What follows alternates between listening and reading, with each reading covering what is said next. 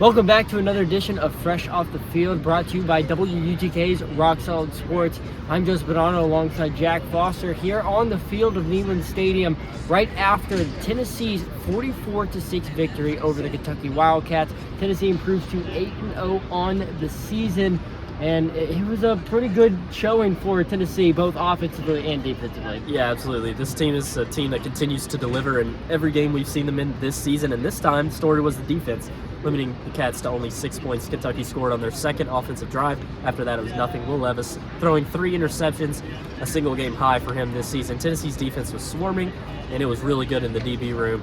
Obviously, Danico Slaughter standing out there. Oh, yeah, Danico Slaughter, a great game. First off, he had the big hit on My favorite play of the night. Probably the biggest defensive play of the night. That popped the ball loose. Juwan Mitchell scoops it up out of the air and takes it back across midfield for the first interception. Second one, it came on, I believe, Brandon Turnage. Yeah, Brandon Turnage on a route towards the sideline. Will Levis tried to squeeze it in there, and Turnage jumped the route. And the third one was a deep ball down the sideline. And it was Danico Slaughter again making plays, read that ball like he was a wide receiver, and able to catch it and pick it off Will Levis. You know, for the offense, it was just another story that we've seen. 44 points, Jalen Hyatt, 2 touchdowns in the first half. He now holds the single season record in Tennessee program history. Yeah, absolutely. 14 touchdown receptions in only 8 games. Yeah. Can you believe that? There's still 4 games left. That is almost to a game. Insane. So he's going to smash that record. And Jalen Hyatt, I don't know how defenses, I know Hyatt's fast, but they just cannot cover him. And it's the scheme. And it's Josh Heupel's I mean, Hyatt's scheme. a great receiver, but Josh Heupel's scheme, no one has been able to figure that out. It's remarkable how many times we see Hyatt wide open. I'm talking 15 to 20 yards wide open, streaking down the sideline. All Hooker has to do is just make it down. And, we're in the press box, and you can see what it's happening. They'll bring Hyatt over behind, Brew McCoy or Mel Keaton or Cedric Tillman really and do a stack. And then all of a sudden, as soon as you see that stack, that play's going a go route to Jalen Hyatt downfield, and it worked. I mean, 2 touchdowns off of it. They had another big 30-yard play, I believe, late in the second half as well, that Jalen Hyatt. But, another good performance for him. 91 yards, so he didn't get the century mark. No, he had 138 yards. 138 yards. Yeah, I believe that stat sheet is wrong. He had 5 catches for 138 yards and 2 touchdowns. So he hit the century mark again. That last catch was a big one that propelled him over. But anyway, yeah, Jalen Hyatt, remarkable performance. And it was nice seeing Cedric Tillman back. Of course, they limited him a little bit, but, that's to be expected with Georgia on the docket next weekend, and you didn't really need it. Absolutely. And, Tennessee, obviously, they started off the game a little slow, had some penalties that really stalled their second drive, had some penalties that stalled an extra point attempt as well.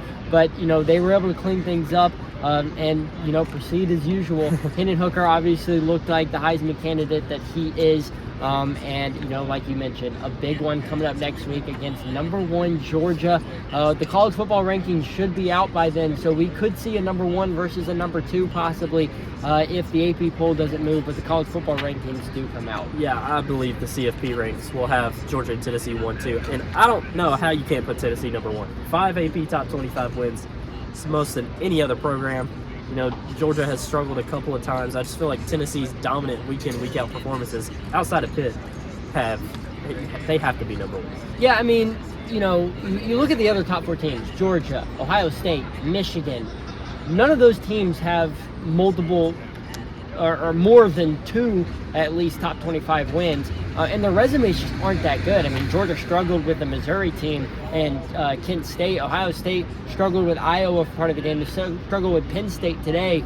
But Tennessee has proven that they can do it both offensively and when they need to defensively. I know they have the worst pass defense in the SEC, wasn't tonight. But it wasn't against tonight. Top 10 NFL draft pick. Against the projected number 1 draft pick as well. So Tennessee gets the big win. A lot of good things happen in this game. Who's your player of the game? Ooh, that's tough. I'm not going to go with Jalen Hyatt just because, that's just run of the mill. But Danico Slaughter is my defensive player of the game, and I loved what I saw to Jalen Wright tonight. He guys know the Kyle Brandt angry run scepter. He deserves that for 2 different runs tonight. Jalen Wright was a man amongst boys, just running people over. Only 7 carries, but he turned that into 73 yards, and he had the 1-yard score. So a really encouraging night from Jalen Wright. Jabari Small, too, this Tennessee rushing attack, I thought had a very encouraging night. Nearly 200 yards of rushing for Tennessee against the number 2 overall defense in the SEC. My player of the game, we already talked about him, Danico Slaughter. A safety playing cornerback. He played in the slot, he played on the outside, he played in that safety position. He was all over the field on defense. Obviously involved in 2 of those picks, including grabbing one for himself. He did a really good job. He'll be my player of the game.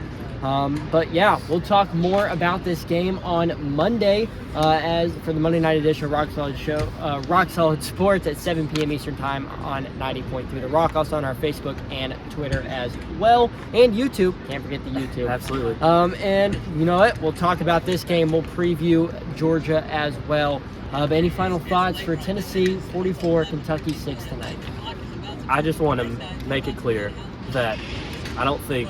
Go back to LSU game. I didn't think that was an indictment that LSU was bad, and I don't think necessarily tonight it's an indictment that Kentucky is horrible. I just think the Vols are that good. To me, they're the best team in the country right now. It's good to be on Rocky Top right now if you're a Tennessee fan. Well, they're sure as hell playing like the best team in the country right now. Rocky Top is rolling, and so are the Vols. Again, we'll be back on Monday talking more about this live on Rock Solid Sports. This has been Fresh Off the Field. For Jack Foster, I'm Joseph Bonanno, and this has been WTK's Rock Solid Sports.